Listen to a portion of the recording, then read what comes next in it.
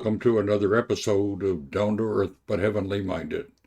I'm your host, Risch, and you're listening to our show on Internet Radio.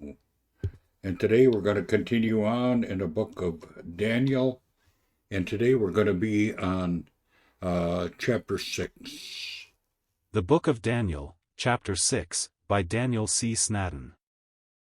In this chapter we are on the ground of the Second World Empire, the Medo-Persian.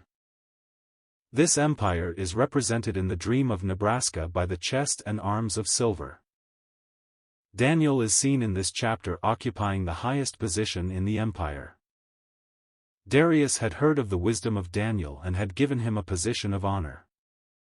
The old prophet, over 80 years of age, is soon envied by the other presidents and princes. They look unsuccessfully for a flaw in his administration regarding the empire's affairs. Verse 4. So they resort to attack him in the matter of his religion. The plan reveals the cunning of the serpent. See verses 5 to 9. The king is well pleased with this proposition, for it flatters him. He signs the decree which made it law, and it could not be withdrawn. Notice Daniel's attitude, verse 10. He knew the decree was signed. 1. See the man of faith, the aged man of prayer in sweet communion with God. 2. 3 times a day, upon his knees. 3. Windows open. 4. In a voice that could be heard, he communed with his God.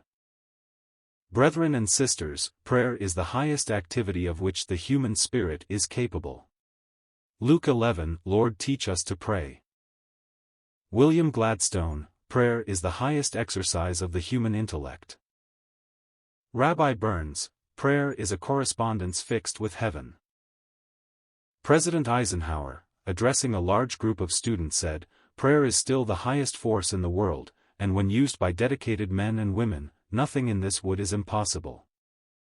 Prayer can be a working force in a believer's life. Prayer is a dynamic rather than a doctrine. All great men of God have been men of prayer.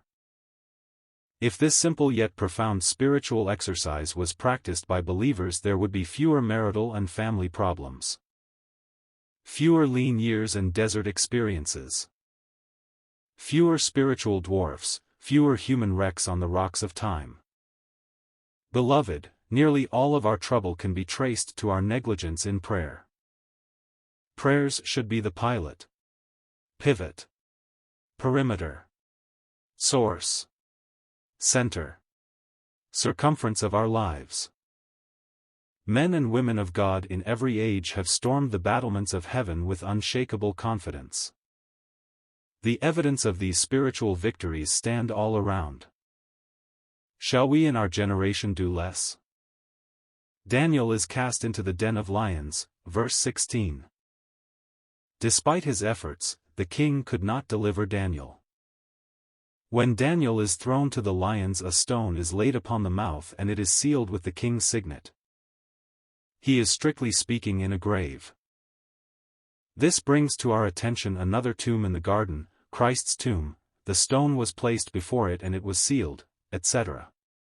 But as Daniel could not be hurt by the lions, so he who went into the jaws of death could not be held by it. The tomb is empty and Christ is victor over death and the grave. All this is foreseen in the experience of God's prophet, Daniel. God rewarded Daniel's prayer of faith. God closed the lion's mouth.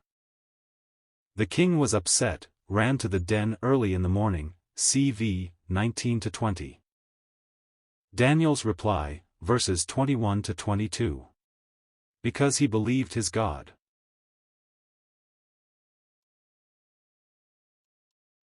The end.